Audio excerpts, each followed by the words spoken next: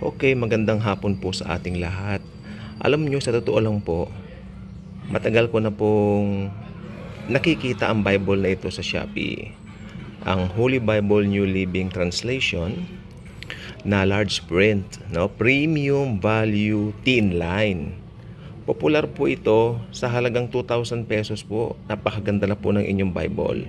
Pero meron lang po akong medyo hindi agree dito. Hindi po sa doctrine, no? Kundi sa disenyo ng Bible o doon sa dapat lahat ng Bible sana na words of Jesus, ganoon. Ayun, yung naka-red, hindi po siya naka-red. Sasabihin ko na po agad sa inyo before I open this, hindi po ito red letter Bible. Okay? Pero ito po ang big pero. Quality po siya, maganda po yung kanyang disenyo, especially yung kanyang cover. Hindi rin po yata ito, yung edging po nito hindi rin po siya gold o silver. Ordinaryong puti lang po din lang. Pero, bakit ba ako bumili? Alam mo, nagulat ako sa sarili ko. Ngayon lang ako bumili ng New Living Translation. Yung dati binigay sa akin, o yung isa binili ko rin po dati, pero medyo bata pa ako noon, matagal na. Yun yung ginagamit namin dati, pang devotion ko po yun At ngayon medyo luma na rin yun. Pero kasi ang naging version ko po talaga, tapatin ko po kayo, NIV. NIV po talaga ang ginagamit ko. Gumagamit din ako ng NASB, ESV. Yan ang mga ginagamit ko. Kasi nga po sa ministry, sa mga preachings, no? Pero, bakit kinonsider ko po itong New Living Translation? Alam niyo po kung bakit? Dahil meron pong mga magandang pananalita rito ang Lord na talagang akmang-akma. Na talagang sabi ko nga po, wow, ang ganda. Tumpak ito. Ganon. So, ang Bible pong ito ay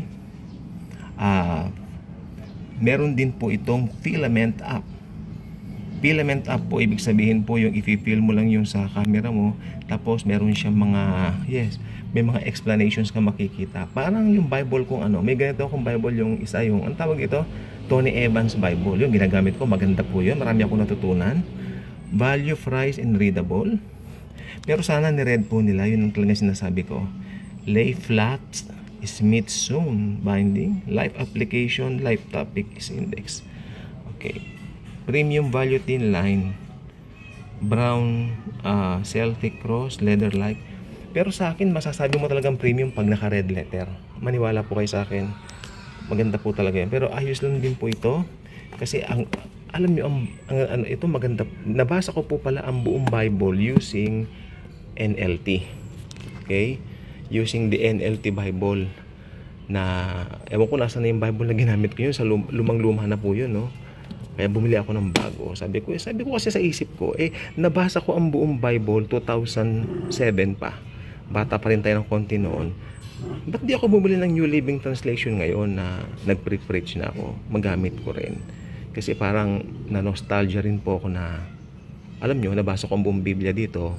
Mas maganda, babasahin ko rin po ulit ito para kung may magandang talata, pwede kong ibahagi po sa inyo dito sa saling ito.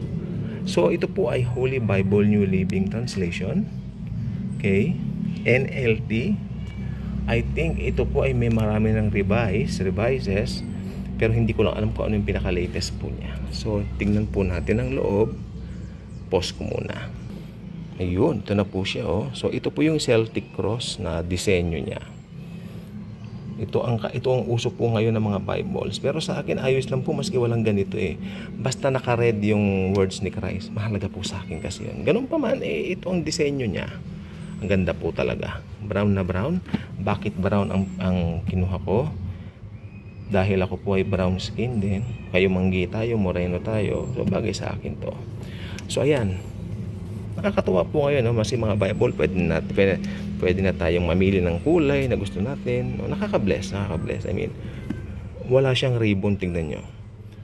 Yung ribbon para, yung bookmark, we cannot bookmark it. So, yeah. Ganun po siya.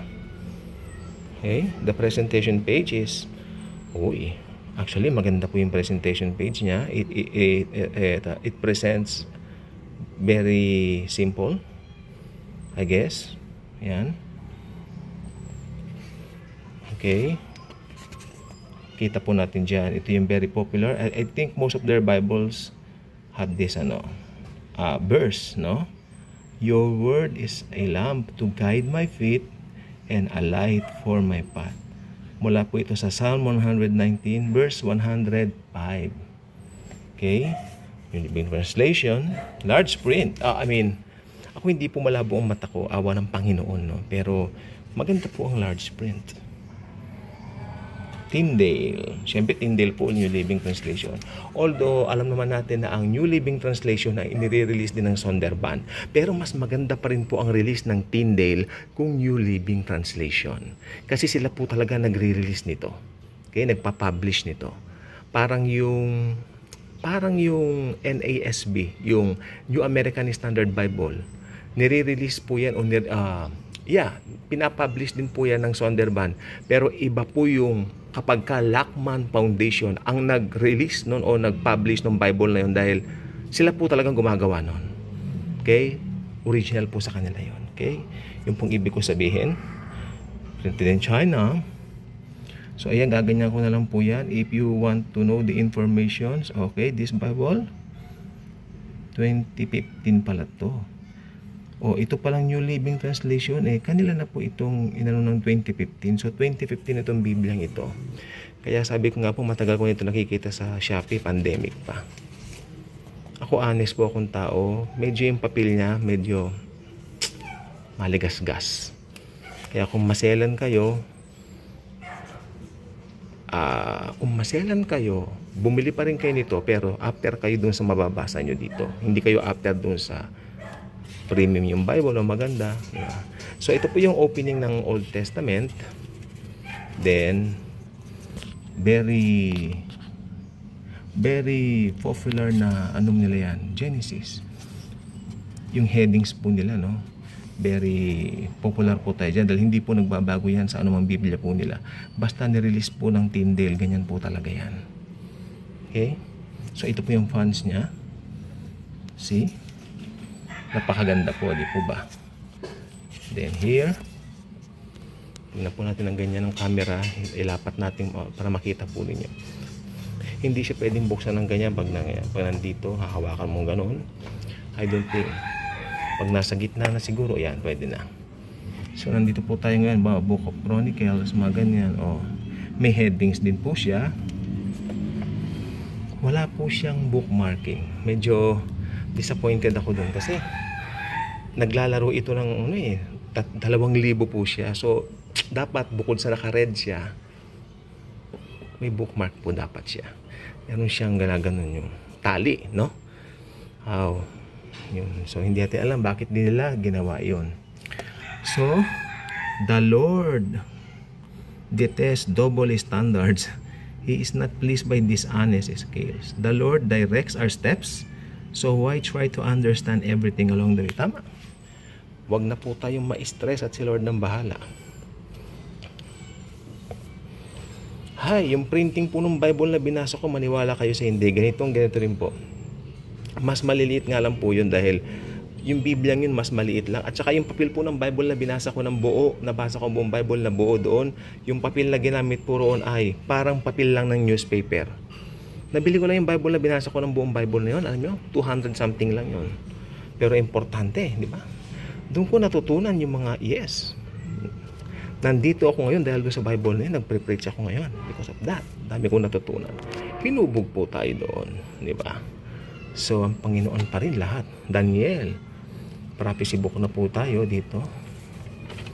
So, yan. Dito na po tayo sa New Testament. At may maganda po siyang heading. Pareho pa rin po yung heading niya. The Coming Day of Judgment. Yan. Pinakahuling aklat na po yan ng Old Testament. Then magpro-proceed na po tayo din sa Bagong Tipan, New Testament. Siyempre, ganun pa rin po yung font nito. Yung Matthew kalang. Wala siyang nilagay na The Gospel according to Matthew. Wala po siyang ganun. Basta, ganyan lang po siya. So, yan. Hindi nga po ay yung papel, to be honest. Maganda po naman. Quality po, don't get me wrong. Pero hindi ikukumpara mo doon sa mga ibang Bible papers. Malayo po talaga. Hindi katulad ng isang nabili kong NIV. Ganda-ganda po talaga. Paniwala kayo sa akin. Ay, naka-sale lang pala yung kaya nabili ko. Oo nga. Pero pag mga ganitong Bibles na mga bagong labas, ito, siyempre, kumbaga pang masa po yan. No? Pero maganda. Bumili pa rin ako. Ayan. 2 Corinthians. Ayan po tayo. Siyempre, paborito natin yan. 2 Corinthians 5. Nasaan tayo? 5:17. Nasaan yan? Nasaan kasi yan, 5. Ayan. O, kita nyo, ibang salin ng NLT. Maganda. This means that anyone who belongs to Christ has become a new person. The old life is gone. A new life has begun.